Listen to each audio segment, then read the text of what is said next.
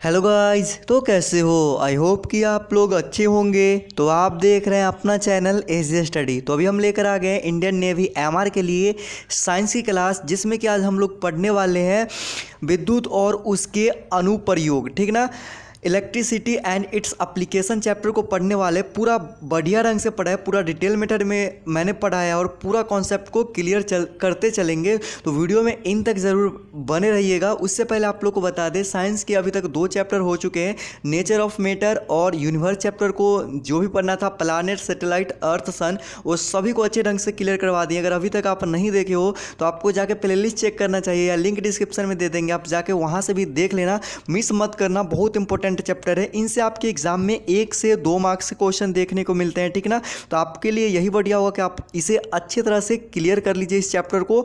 और ये पार्ट 1 है। अगर आप लोग अच्छा रिस्पांस देते हैं इस पार्ट 1 को, तो हम इसका पार्ट 2 लेकर आएंगे, जिसमें कि कुछ टॉपिक बचे हुए हैं उसको करवाएंगे। उस साथ ही साथ उसमें आपको कुछ क्वेश्चन देखने को मिलेंगे जो कि एग्जाम के लिए बहुत इंपॉर्टेंट है। तो उसे आप देखना मत मिस कीजिएगा, और वीडियो को फटाफट से लाइक कर दीजिए, और अपने दोस्तों में कम से कम इस वीडियो को 3 ग्रुपों में शेयर कर दीजिए। और चैनल पर जो भी बंदे नए हो, कम से कम चैनल को सब्सक्राइब करके बगल के बेल आइकन को प्रेस कर लेना, जिससे कि सारी वीडियो की नोटिफिकेशन आपको सबसे पहले मिलती रहेगी। तो चलिए वीडियो को करते हैं स्टार्ट और आते हैं हम अपने टॉपिक पर। ठीक ना, तो चलिए अभी पढ़ेंगे हम लोग विद्युत और उसके अनुप्रयोग चैप्टर को अच्छे ढंग से। तो जल्दी से लाइक कर दीजिए जो भी लाइक नहीं किए हो। जिसमें अभी सबसे पहले जो पढ़ना है हमको, इसमें सबसे पहले हम लोग जानेंगे विद्युत के बारे में, इलेक्ट्रिसिटी के बारे में जानेंगे कि इलेक्ट्रिसिटी होता क्या है, विद्युत होता क्या है। ठीक ना, तो यहाँ पर आप लोग ध्यान देना, गिलवर्ट के अनुसार कुछ वस्तुएं जैसे कांच की छड़ को रेशम के टुकड़े से रगड़ने पर, या एबोनाइट की छड़ को बिल्ली की खाल से रगड़ने पर उनमें छोटी छोटी वस्तुओं को अपनी ओर आकर्षित करने का गुण उत्पन्न होता है। उसी गुण को क्या बोलते हैं? विद्युत बोलते हैं। ठीक ना, तो आप लोग समझ गए होंगे कि विद्युत किसको बोलते हैं। कांच की छड़ को क्या करते हैं? रेशम के टुकड़े पर रगड़ते हैं। ठीक ना, तो जो ये रगड़ते हैं उससे क्या होता है? अपने वो आकर्षित करने लगती है, एक गुण उत्पन्न होता है, उसी को हम लोग क्या बोलेंगे? विद्युत बोलेंगे। ठीक ना, तो आप लोग समझ गए होंगे इलेक्ट्रिसिटी क्या होता है। चलिए आगे देखते हैं, आगे जो हमारा टॉपिक है वो क्या है। आगे आप जानेंगे, हम आवेश के बारे में जानेंगे। सबसे पहले जानेंगे कि आवेश होता क्या है, चार्ज होता क्या है। तो इलेक्ट्रॉनों के प्रवाह को आवेश बोलते हैं। ठीक ना, सिंपल भाषा में बोले तो इलेक्ट्रॉनों के प्रवाह को आवेश बोलते हैं। इस आवेश को हम लोग क्यू से सूचित करते हैं। किस चीज़ से? क्यू से सूचित करते हैं आवेश को। और आवेश का जो होता है वो होता है धारा गुने समय होता है। ठीक ना, आवेश बराबर क्या होता है? धारा गुने समय होता है। और इनसे जो आपके एग्जाम में क्वेश्चन पूछे जाते हैं, आवेश का एसआई मात्रक क्या है या मात्रक है, तो इसका जो राइट आंसर हो जाएगा वो हो जाएगा कूलाम हो जाएगा। ये क्वेश्चन आपके एग्जाम में पूछा गया क्वेश्चन है। ठीक ना, जो भी क्वेश्चन आपके इंपॉर्टेंट होंगे पार्ट 2 में आ जाएंगे, तो आप लोग पार्ट 2 के लिए ज़रूर बताना कि हाँ सर पार्ट 2 जल्दी से जल्दी लेकर आइए।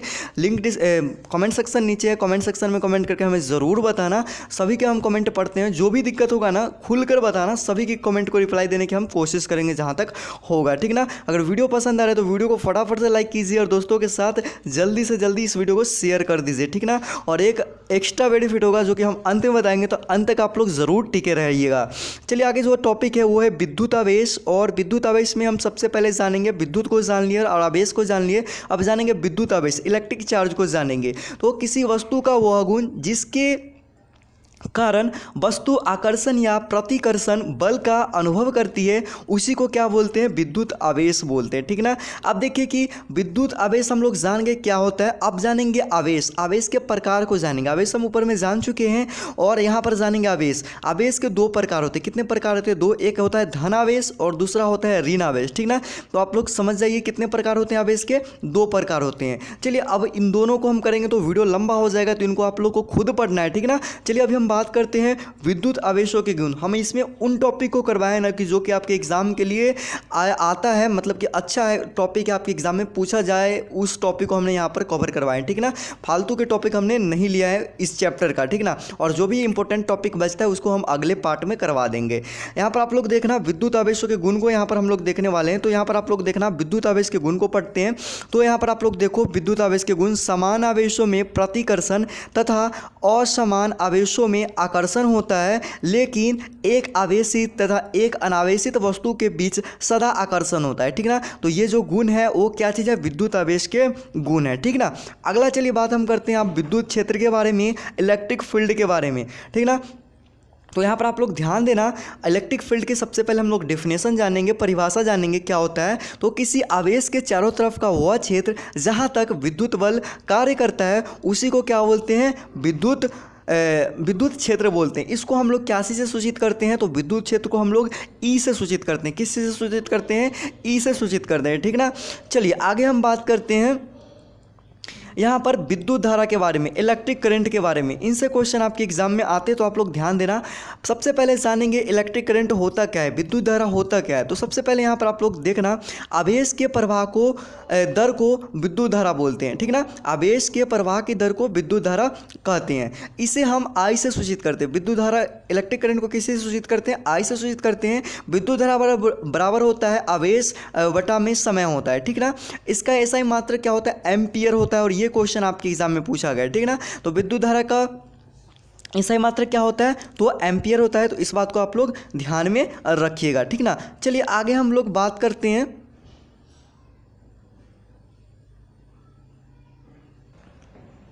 आगे। चलिए देखते हैं अगला जो टॉपिक है हमारा वो क्या है। तो आप जानेंगे, विद्युत धारा को जान चुके हैं, पर जानेंगे धारा के प्रकार को। तो धारा के दो प्रकार होते हैं, एक होता है डिस्ट धारा जिसे डायरेक्ट करंट बोलते हैं, और दूसरा होता है प्रत्यावर्ती धारा जिसे अल्टरनेटिव करंट बोलते हैं, ठीक ना। तो इनके जो प्रकार होते हैं धारा के वो दो होते हैं, ठीक ना। तो आप लोग यहाँ पर ध्यान देना और इनको चलिए देख लेते हैं। सबसे पहले डिस्ट धारा को, तो डिस्ट धारा का जो परिभाषा होता है वो होता है, यदि परिपथ में प्रवाही धारा की दिशा सदा एक ही रहे तो उसे डिस्ट धारा बोलते हैं, ठीक ना।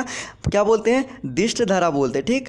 आगे हम चलेंगे प्रत्यावर्ती धारा के बारे में। और ये प्रत्यावर्ती धारा क्या होता है, तो यदि परिपथ में प्रवाही धारा की दिशा तथा मान समय के साथ परिवर्तित हो तो उसे क्या बोलेंगे, प्रत्यावर्ती धारा बोलते हैं। इन सभी से रिलेटेड जो भी क्वेश्चन आपके एग्जाम में बनते हैं ना, वो सारे पार्ट 2 में आपको करवा देंगे। तो आप लोग थोड़ा सा भी टेंशन मत लीजिएगा, ठीक ना। चलिए आगे देखते हैं अगला टॉपिक हमारा क्या है। अगला जो टॉपिक है हमारा, सरल विद्युत परिपथ, सिंपल इलेक्ट्रिक सर्किट। सबसे पहले हम लोग जानेंगे इसकी परिभाषा की, सरल विद्युत परिपथ होता क्या है। तो वह बंद सतत पथ जिससे विद्युत धारा प्रवाहित होती है उसे सरल विद्युत परिपथ कहते हैं, ठीक ना। तो ये विद्युत परिपथ का परिभाषा हो गया। अब चलिए जो इम्पोर्टेंट टॉपिक है यहाँ पर, ओम का नियम। आप लोग पढ़े ही होंगे 10th क्लास में ओम के नियम के बारे में। तो आप लोग यहाँ पर देख लीजिए ओम का नियम क्या होता है, फिर से आप लोग का रिवीजन हो जाएगा। जो भी 10th क्लास अच्छे से किए होंगे, 9th क्लास किए होंगे, उनको पूरा अच्छा ढंग से समझ में आ गया होगा। अगर जो भी नहीं भी किए हैं, हम ऐसे समझा रहे हैं कि उनको पूरा समझ में आ ही रहा होगा। अगर समझ में आ रहा है तो वीडियो को फटाफट से लाइक करके अपने दोस्तों में ज़्यादा से ज़्यादा इस वीडियो को शेयर कर दीजिए, जिससे कि जो भी आपके भाई बंधु नहीं जुड़े हैं वो हमारे साथ जुड़ जाए। यहाँ पर चलिए सबसे पहले हम जानेंगे कि ओम के नियम होता क्या है, ओम का नियम होता क्या है। तो सबसे पहले चलिए जान लेते हैं ओम का नियम होता क्या है। तो स्थिर ताप पर किसी चालक से प्रवाहित विद्युत धारा उनके सिरों के बीच विभवांतर के समानुपाती होता है, ठीक ना। तो इसी को हम लोग क्या बोलते हैं, ओम का नियम बोलते हैं, ठीक ना। क्या बोलते हैं, स्थिर ताप पर किसी चालक से प्रवाहित विद्युत धारा उनके सिरों के बीच विभवांतर का समानुपाती होता है, उसी को क्या बोलते हैं, ओम का नियम बोलते हैं। यहाँ पर आप लोग ध्यान देना, यदि किसी चालक के सिरों के बीच का विभवांतर V के कारण उनमें प्रवाही धारा I हो तो ओम के नियम के अनुसार I समानुपाती भी होता है, या इसको हम लिख सकते हैं I बराबर V/R, जहाँ की ये क्या है, V/R स्थिर ताप है, ठीक ना। अब देखिए यहाँ पर R जो है वो स्थिरांक है जिसे चालक का प्रतिरोध कहते हैं। R जो यहाँ पर है वो क्या है, ये जो R है ये क्या है, स्थिरांक है जिसे हम क्या बोलते हैं, चालक का प्रतिरोध बोलते हैं। तो यही क्या है, ओम का नियम है। तो आप लोग समझ गए होंगे। इसका जो साइन होता है ओम का, आप लोग यहाँ पर ध्यान दीजिएगा। ओम का जो साइन होता है वो होता है, ये होता है, आप लोग यहाँ पर ध्यान देना। इसे हम डिनोट करते हैं इस साइन से, ओम को, ठीक ना। तो इस बात को आप लोग ध्यान में रखिएगा, ठीक। चलिए अब हम बात करते हैं यहाँ पर प्रतिरोध, रेसिस्टेंस के बारे में, ठीक ना। तो यहाँ पर आप लोग देख लेना, उनसे रिलेटेड जो भी क्वेश्चन बनेंगे वो पार्ट 2 में मिल जाएंगे। तो आप लोग थोड़ा सा भी टेंशन मत लेना, अभी पूरा डिटेल में अभी पढ़ाई चल रहा है। तो आप लोग डिटेल में पढ़ो, अभी डिटेल में पूरे पढ़े हैं, फिर अगले पार्ट में इनसे रिलेटेड जो भी क्वेश्चन होंगे, इंपॉर्टेंट क्वेश्चन और जो महत्वपूर्ण टॉपिक छूट गया उसको अगले पार्ट में करवाएंगे, ठीक ना। तो आप लोग टेंशन मत लेना, थोड़ा सा भी कोई टॉपिक छूट रहा होगा उसके लिए, ठीक ना। प्रतिरोध, सबसे पहले आप लोग जानेंगे प्रतिरोध की डिफिनेशन। तो किसी पदार्थ द्वारा उससे प्रवाहित होने वाली धारा का विरोध करने के गुण को ही क्या बोलते हैं, प्रतिरोध बोलते हैं। अब देखिए आप लोग से प्रतिरोध की डिफिनेशन तो नहीं पूछेगा, यहाँ पर जो हम भी डिफिनेशन करवा रहे हैं वो आपके एग्जाम में डिफिनेशन नहीं पूछेगा, लेकिन उनसे रिलेटेड जो भी इंपॉर्टेंट क्वेश्चन बनते हैं उनको कराएं। लेकिन यहाँ पर आप लोग देखना, जैसे प्रतिरोध है तो प्रतिरोध का पूछ देगा कि एसआई मात्रक क्या होता है, तो प्रतिरोध का जो एसआई मात्रक होता है वो क्या होता है, ओम होता है, ठीक ना। तो यही पढ़ना है हमें, यही डिटेल क्लास में हम बता रहे हैं, ठीक ना। और ये इंपॉर्टेंट क्वेश्चन में भी हम करवा देंगे, तो आप लोग टेंशन नहीं लीजिएगा। जैसे कि प्रतिरोध का एसआई मात्रक क्या हो जाएगा, ओम, और ये क्वेश्चन आपके पूछा गया, ठीक ना। तो ये ओम का साइन होता है, ठीक ना। तो ऐसे ही करके ओम दे दिया जाए साइन, तो इस पर भी टिक लगाना, या ओम लिखा हुआ तो ओम पर ही टिक आप लोग को लगाना है, ठीक ना। अब चलिए हम लोग जानेंगे प्रतिरोधों का संयोजन के बारे में पढ़ेंगे, कॉम्बिनेशन ऑफ रेसिस्टेंस को पढ़ेंगे, ठीक ना। इनसे भी आपके एग्जाम में क्वेश्चन देखने को मिलते हैं, तो आप लोग ध्यान से देखिएगा। सामान्यतः प्रतिरोधों को परिपथ में दो प्रकार से संयोजित किया जाता है, ठीक ना। कितने प्रकार से, दो प्रकार से किया जाता है। चलिए सबसे पहला देखते हैं। सबसे पहला जो किया जाता है वो है श्रेणी क्रम संयोजन, और दूसरा है वो है समांतर क्रम संयोजन। श्रेणी क्रम मतलब सीरीज कॉम्बिनेशन, दूसरा है समांतर क्रम संयोजन मतलब पैरेलल कॉम्बिनेशन, ठीक ना।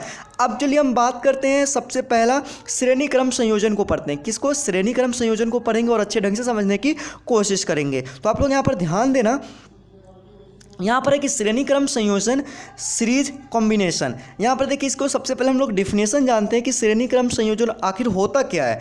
तो यदि विभिन्न प्रतिरोध को लगातार एक ही तार से जोड़ा जाए तो ऐसे सम्मोहन को क्या बोलते हैं, श्रेणी क्रम संयोजन बोलते हैं। क्या बोलते हैं, श्रेणी क्रम संयोजन बोलते हैं। यहाँ पर आप लोग देखिएगा, यदि R1 R2 R3 dash dash dash Rn प्रतिरोध श्रेणी क्रम में जुड़े हो तो उनका तुल्य प्रतिरोध क्या हो जाता है, R बराबर 1 + 2 + 3 + डैश डैश डैश Rn। जैसे आप लोग को यहाँ पर ये दे दिया, आप लोग को प्रतिरोध यहाँ पर दे दिया जाएगा कुछ, यहाँ पर भी कुछ है, फिर यहाँ पर भी कुछ दिए, जैसे यहाँ पर 3 दे दिया, यहाँ पर 4 दे दिया और यहाँ पर 5 दे दिया, मतलब 3 ओम 4 ओम और 5 ओम दे दिया।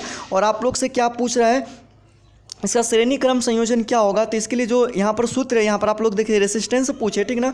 तो आप लोग यहाँ पर देखना क्या होता है, R1 + R2 + R3, अगर n तक दिया तो n तक, लेकिन जितना अंक दिया आपको उतना लिखना है। तो यहाँ पर क्या हो जाएगा, ये हो जाएगा R1, ये हो जाएगा R2 और ये हो जाएगा R3। तीनों को आप लोग क्या कर दीजिए, जोड़ दीजिए। 4 3 7 और 7 5 कितना हो जाएगा, 12 हो जाएगा। तो R जो हमारा हो जाएगा वो क्या हो जाएगा, 12 ओम हो जाएगा। तो ऐसे करके जो क्वेश्चन आएंगे अगर, तो आप लोग ये निकाल दीजिएगा, ठीक ना। तो आप लोग समझ गए होंगे इस बात को। अब यहाँ पर आप लोग ध्यान दीजिएगा, यहाँ पर नीचे श्रेणी क्रम संयोजन में जो धारा होता है इसका, जो समान धारा प्रवाहित होती है, इसमें जो धारा होता है श्रेणी क्रम संयोजन में वो समान धारा प्रवाहित होती है। इसके सिरों पर विभवांतर का मान भी भिन्न भिन्न होता है। किसका, तो श्रेणी क्रम में, ठीक ना। अब चलिए श्रेणी क्रम से रिलेटेड जो भी इंपॉर्टेंट थे वो हमने पढ़ा दिया है, और इनसे रिलेटेड जो भी इंपॉर्टेंट क्वेश्चन बनेंगे वो पार्ट 2 में आपको मिलेंगे। अब चलिए हम लोग अगला जो टॉपिक हमारा वो समांतर क्रम संयोजन है, तो उसको पढ़ लेते हैं। तो यहाँ पर आप लोग देखिएगा, समांतर क्रम संयोजन पैरेलल कॉम्बिनेशन। सबसे पहले हम लोग जानेंगे कि समांतर क्रम संयोजन आखिर होता क्या है।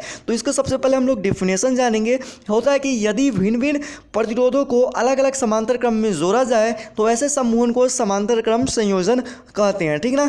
अब यहाँ पर आप लोग देख लीजिएगा, यदि R1 R2 R3 dash dash dash Rn प्रतिरोध एक दूसरे के समांतर क्रम में जुड़े हो तो उनका जो तुल्य प्रतिरोध हो जाता है वो होता है 1/R बराबर हो जाता है 1/R1 + 1/R2, फिर हो जाएगा 1/R3 और हो जाएगा डैश डैश डैश 1/Rn तक हो जाएगा, जो कि यहाँ पर हमने लिख दिया, आप लोग यहाँ पर देख सकते हो, ठीक ना। और इनसे भी क्वेश्चन आप लोग को देखने को मिल जाएगा, जैसे कि आप लोग को 3 4 क्या कर दिया जाएगा, प्रतिरोध दे दिया जाए, जैसे कि 3 ओम दे दिया जाएगा, 4 ओम दे दिया जाएगा और 5 ओम दे दिया जाएगा, ठीक ना।